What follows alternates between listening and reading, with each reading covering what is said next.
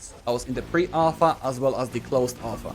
In this video, I'll be able to show you a little bit of gameplay, analysis, and my general opinion about how the game is going. Before I start, I want to emphasize that this is not a sponsored video by Frost Giant or Stormgate. Yep. I do it purely from the passion to RTS games, and I truly believe in the project. Same. Please keep in mind that all the playtests are under NDA, which means I cannot share with you all the information. I'll try to analyze as much as I can from the video that I'm going to be showing you today.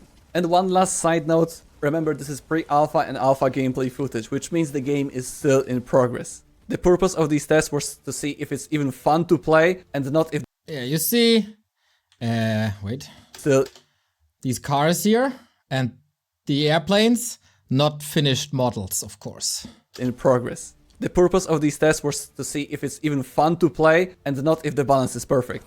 It was important for them to see if the game is going to be consistently crashing, if there are any bugs that are easily to fix, or maybe they missed something, and that's where we came in. In the testing, Yeah, I gotta say, not a single crash, if I remember correctly. I think no disconnect, no crash for me. we are only doing 1v1 competitive mode with Vanguard versus Vanguard, which is basically like the Stormgate human race. Shortly after the playtest started, the first build orders started to show up, and while everybody was trying to figure out how to play a macro game and how to properly play the game, Fear Dragon, known for cannon rushing in StarCraft 2, immediately figured out how to cannon rush. Yeah, that was sick. Like, just 1 hour or something, and there was already build orders. Like, do this, do this, do this, do this. And in comparison to Warcraft 3, like, it's really hard as a new player to find a build order that is written down. And here, with a very, very small community of testers, that was cool to see how quickly content is created. It wasn't fun to play these tower rushes. In Stormgate. It really didn't take him long to figure this out. I think it was literally the first build order presented on the Stormgate Discord. Yep. When the match starts, as Vanguard, you are starting with 6 Bobs, Scout, and 150 of basic Stormgate resources, which is Luminite. So minerals or gold, whichever you are more familiar with. Obviously, also not the finished model. Everybody was trying to consistently mine and, macro up, and Fear Dragon immediately put the resources into the Tyrium refinery, which gives you the access to the sentry turrets, and immediately started to rush sentries against everybody on the ladder.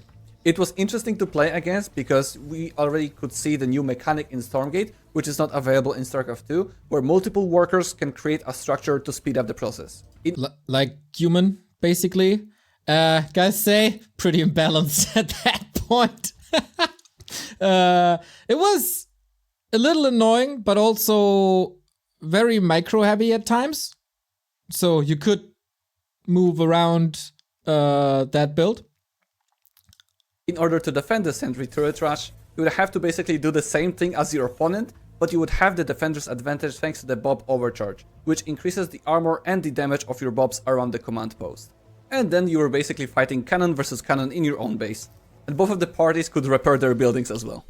In the pre-alpha, I also came up with my very own build, which was fast. Yeah, it was who does it better, basically, and you gotta scout a lot in this game. Fast car, aka Fast Hedgehog, which was one of the fastest units into the game, and I was very proud of it. This was super fun to play, the Hedgehog build. There was a week where I did, I think, exclusively that, just played cars. Very well versus so many opponents. I optimized the build so well that I was able to get these hedgehogs about 1.5 minutes faster than most of the opponents I played with. I didn't optimize anything. I just copied the build. And, I have flaws in my execution of builds, so no time to execute, to optimize anything. But yeah, cars were fun. There are different camps in Stormgate, which give you different benefits depending on which camp you capture. The healing camp, for example, heals your units inside of it, and for each monster you defeat at the camp, you get an X amount of resources. Yep. Some players, instead of prioritizing clearing camps on your side of the map and getting the economical advantage, immediately went for a speed camp in the middle of the map, cleared it as soon as possible, and with the speed boost, caught up to the enemy's army and tried to surround it before they clean up their camps. This was very similar to creating creep routes in Warcraft, I would say. Of course, you're not aiming for a level 2 or something, because they are in 1-on-1, there's no heroes, there's no levels. But when can I be at that camp? Can I take it away from my opponent? What can I do with the resources that I gather there? That was a cool touch. Which made for some fun and aggressive game styles. I hope I'm not breaking the NDA rules when I say the Stormgate unit movement feels really nice. It feels very StarCraft-like, and you are rewarded for good control. There are a lot of instances where you can feel that you are out-microing your opponent. That's true, especially with the dogs, that was true. For me, it was the other way around. I was out-microed at that point. There's still some work to do, I would say, but early alpha, etc., or closed alpha, whatever the name is now, micro plays a role in these fights for sure. We even had a quick pre-alpha tournament with a team league system of 4 players. I was able to play in the team with TLO. I even got 3 kills, but then Scarlet reverse all killed everybody. Scarlet was insane. Parting also, not the single Warcraft player there, I guess. But it was fun to see the competition rising quickly. Was the MVP. A lot of the fighting clips are including Mass Exos, which is the rifleman here for the human Vanguard, as well as the Skyriders. It seems to be a good composition for the Vanguard, because the Skyriders had the ability of a bubble. What bubble did was basically your units inside the bubble, they take no damage outside of that bubble. So if you have a range attack and your units are inside the bubble, the units inside the bubble, they take no damage. Which was very effective in Vanguard versus Vanguard when both of the players are massing exos. Yeah. Because they're... Meta was developing quickly, I gotta say. So first, as you heard, there were lots of tower rushes and rushes in general. Then, as you also saw, there was a lot of development around stealing creep camps and getting map control very early. And late game stages was these rifleman thingies with the Skyriders. So I don't know how long that phase was. Few weeks, but we've pretty much seen 4 different metas in a mirror match. It was fun to follow. They're both ranged units. So you would hide your units inside the bubble, and then your opponent was forced to either run away or fight inside the bubble. But when you go inside that bubble and your opponent had Vulcans, which is the mech unit in the middle of the screen, and the Vulcan had splash damage, it was a very unfavorable fight for the guy trying to go inside that bubble. So far, I enjoy playing Stormgate. It's far from its ideal state. It's still in the alpha. There's still a lot of work to be done, but the feedback that we are providing to Frost Giant is always taken seriously. The improvement from pre-alpha to closed alpha was already very noticeable. I believe that Stormgate is in the right hands to make the next great RTS.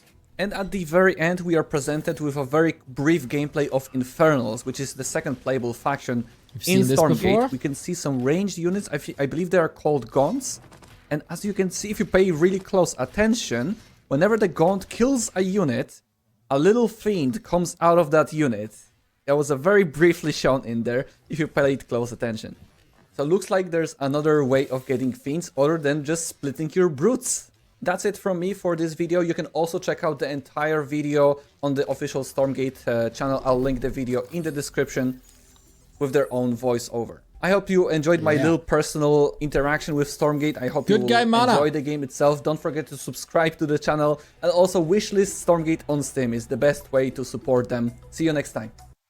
Shout out to Mana. Find him on youtube.com, Mana Esports. I'm gonna link his video in the chat. And of course, we're gonna leave a thumbs up. And that was well done, well summarized. Yeah, I can echo pretty much everything he said. I had fun. It was really cool to see stuff developing quickly on the development front, on the developers front, on the Frost Giant front, and also on the players front with build orders, meta, etc. So yeah, I played fair share, and that's a good sign. I think after every iteration, Monk gets a DM from me And it's always a good